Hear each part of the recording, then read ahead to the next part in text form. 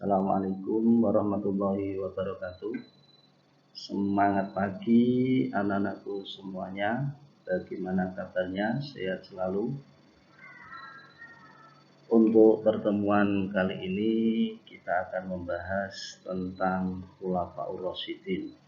Namun sebelumnya mari kita awali dengan membaca Bismillahirrahmanirrahim.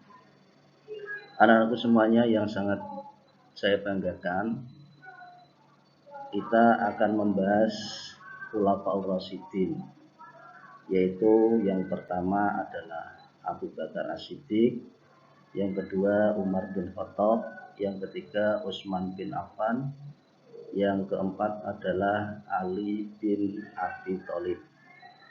Namun untuk pertemuan kali ini nanti yang akan kita bahas adalah Khalifah Abu Bakar As-Siddiq.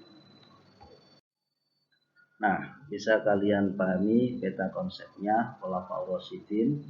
Yang pertama adalah Abu Bakar As-Siddiq, yaitu beliau rendah hati, berhati tenang, sederhana, penyabar, adil, dan suka musyawarah, dermawan, penolong bagi kaum tertindas. Kemudian yang terakhir adalah senantiasa membenarkan berita dari Rasulullah. Ini hal-hal yang dimiliki oleh Khulafaur Rasyidin, yaitu Abu Bakar As-Siddiq. Nah, untuk pembahasan kali ini kita memang fokus pada Khalifah Abu Bakar As-Siddiq. Nah, Khulafaur Rasyidin atau Khulafa ar-Rasyidin itu berasal dari dua akar kata, yaitu khalifah atau khulafa, yang artinya pengganti atau pemimpin, dan kata ar-Rasyid yaitu orang yang mendapat petunjuk. Jadi menurut bahasa, Khulafaur Rasyidin yaitu orang yang ditunjuk sebagai pengganti atau pemimpin yang mendapat petunjuk dari Allah Subhanahu wa Ta'ala. Itu dari pengertian Khulafaur Rasyidin. Bisa dipahami? Nah, selanjutnya tentang biografi dari Khalifah Abu Bakar As-Siddiq radhiyallahu anhu. Ini beliau memimpin itu tahun 11 Hijriah sampai 13 Hijriah atau 632 sampai 634 Masehi.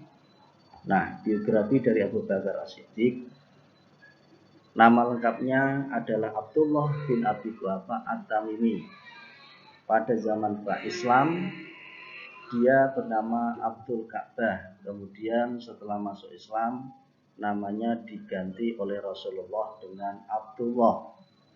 Ia termasuk sahabat paling dekat dengan Rasulullah Shallallahu Alaihi Wasallam. Abu Bakar dilahirkan di kota Mekah tahun 2 tahun sesudah tahun Gajah. Jadi lebih dahulu dari Nabi Muhammad SAW, yaitu kira-kira tahun 572 Masehi. Ia adalah seorang pemikir di kalangan Mekah yang memandang bahwa penyembahan berhala itu suatu kebodohan dan kepalsuan belaka. Karenanya ketika diajak oleh Rasulullah SAW untuk memeluk agama tauhid, ia pun dengan segera menerimanya. Ia merupakan orang pertama yang masuk Islam dari kalangan laki-laki. Ini atau sering disebut dengan as-sabiqunal awwalun. Nah, selanjutnya Abu Bakar As-Siddiq sebagai khalifah. Jadi setelah wafatnya Rasulullah SAW, Abu Bakar terpilih menjadi khalifah setelah memerintah selama 2 tahun. Abu Bakar wafat pada tanggal 23 Jumadil Akhir 13 Hijriah pada usia 63 tahun dan dimakamkan di samping makam Rasulullah SAW. Beliau dikenang oleh para sahabat sebagai khalifah yang taat kepada Allah dan Rasul-Nya, serta berbudi luhur, tidak sombong dan amat sederhana. Ini mencerminkan kepribadian dari Abu Bakar As-Siddiq. Selanjutnya yaitu prestasi dari Abu Bakar As-Siddiq. Yang pertama adalah memerangi orang murtad. Yang kedua, memberantas nabi palsu. Kemudian yang ketiga adalah pengumpulan dan penulisan ayat Al-Quran atau sering disebut dengan kodifikasi Al-Quran. Yang keempat adalah memperluas wilayah dakwah Islamnya. Ini prestasi dari Abu Bakar As-Siddiq.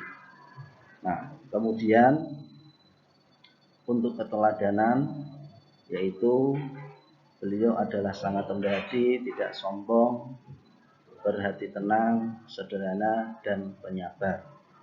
Kemudian adil dan suka musyawarah, dermawan, kemudian penolong bagi kaum duafa, kemudian senantiasa selalu membenarkan apa yang dikatakan oleh Rasulullah SAW.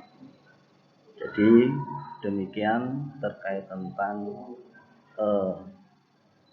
materi Khulafaur Rasyidin, yaitu Abu Bakar As-Siddiq. Demikian, mudah-mudahan untuk pertemuan kali ini bermanfaat, dan mari untuk pertemuan yang selanjutnya bisa kalian pelajari, yaitu Umar bin Khattab. Dan mari kita tutup dengan bacaan hamdalah.